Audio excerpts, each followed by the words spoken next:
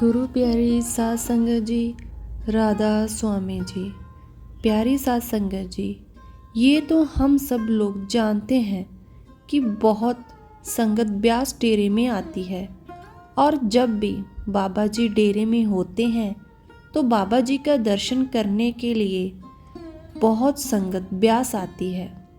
इसी प्रकार जब बाबा जी डेरे में थे तो कुछ सेवादारों की ड्यूटी नदी पर लगी हुई थी। साध संगत जी, जब सेवादार नदी पर सेवा कर रहे थे तो अचानक एक सत्संगी आया और वह नदी में छलांग लगाने लगा। जैसे ही वह सत्संगी नदी में छलांग लगाने लगता है तो जो सेवादार सेवा कर रहे थे वह जल्दी से भागकर उस सत्संगी को पकड़ लेते हैं और उसे छलांग लगाने से रोक लेते हैं और उसे कहने लगे कि क्या तुम्हारी बुद्धि भ्रष्ट हो गई है जो तुम इस नदी में छलांग लगाने लगे हो। फिर वह आदमी जोर जोर से रोने लगा। फिर जो सेवादार वहाँ सेवा कर रहे थे वह सारी घटना सेक्रेटरी साहब को बताते हैं। सेक्रेटरी साहब उस सत्संगी से पूछते हैं कि तुम मुझे बताओ, क्यों जान देने लगे थे? तुम्हें क्या परेशानी है? तुम मेरे साथ दिल खोल कर बात कर सकते हो।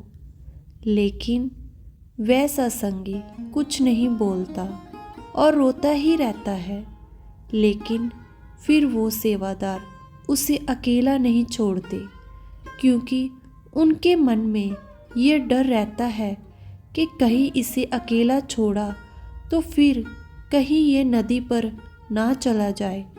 और जब वह सत्संगी सेक्रेटरी साहब को कुछ नहीं बताता तो सेक्रेटरी साहब उसे अपने साथ बाबा जी के पास ले जाते हैं, उनको सारी घटना बताते हैं। तो फिर वह सत्संगी बाबा जी को अपने सामने देखकर रोने लग जाता है।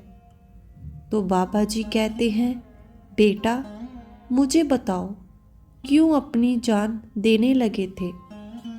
तुम्हें क्या परेशानी है?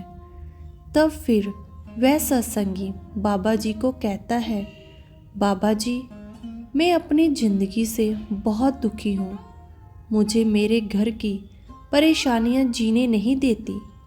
तो फिर बाबा जी उस सत्संगी को कहते हैं कि बेटा हर घर में कोई ना कोई परेशानी तो होती ही है, लेकिन इसका मतलब ये तो नहीं कि हम लोग अपनी जान ही गंवा दें। तब वह रोने लग जाता है। फिर बाबा जी उसे कहते हैं कि बेटा जान देने से कुछ भी हासिल नहीं होता है। तुम्हें जो भी परेशानी है मुझे बताओ, मैं उसका हल जरूर करूँगा। फिर वह सत्संगी बाबा जी के चरणों में गिर जाता है। बाबा जी को कहता है, बाबा जी आपने मेरा बेड़ा पार लगाना है। फिर बाबा जी कहते हैं कि बेटा अगर आपने नाम लिया है तो भजन सिमरन किया करो, क्योंकि भजन सिमरन करना बहुत ज़रूरी है। इससे तुम्हारे मन को शांति मिलेगी और मन में गलत विचार आने बंद हो जाएंगे। जैसा बाबा जी ने कहा उसने वैसा ही किया। अपने घर आ गया और भजन सिमरन करने लगा। कुछ समय बीतने के बाद जब वह सत्संगी भाई डेरा ब्यास में गया तब बाबा जी वहाँ आए हुए थे। तो उस सत्संगी भाई को सवाल जवाब में बाबा जी से मिलने का मौका मिल गया। तो जब वह बाबा जी के सामने आया तो बाबा जी ने पहचान लिया। फिर बाबा जी उसे अपने सामने देखकर कहने लगे कि भाई अब तो आपका दिल नहीं करता होगा मरने को। फिर वह सत्संगी भाई बाबा जी से कहने लगा कि बाबा जी आपने उस दिन मुझे बचा लिया, लेकिन अब मैं बिल्कुल ठीक हूँ। मेरे घर की हालत भी बहुत अच्छी हो गई है।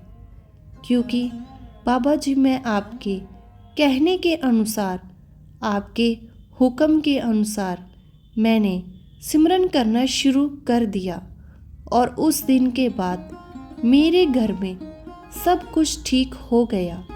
मेरे घर के हालात भी सुधर गए।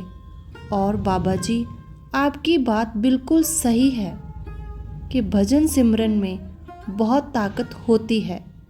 फिर बाबा जी उस सत्संगी को कहने लगे कि बेटा, मरना किसी समस्या का हल नहीं है।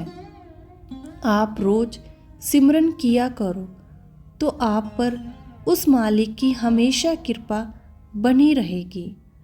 संगत जी, हमें भी भजन सिमरन करना चाहिए, क्योंकि जब हमारी ज़िंदगी में थोड़े बहुत दुख आते हैं तो हम डोल जाते हैं और इधर उधर भटकने लग जाते हैं। लेकिन हमें भटकना नहीं है, हमें बाबा जी पर पूरा विश्वास रखना है और बाबा जी के कहने अनुसार रोज 2.5 घंटे भजन सिमरन बिना नागा करना है, क्योंकि भजन सिमरन में बहुत ताकत होती है।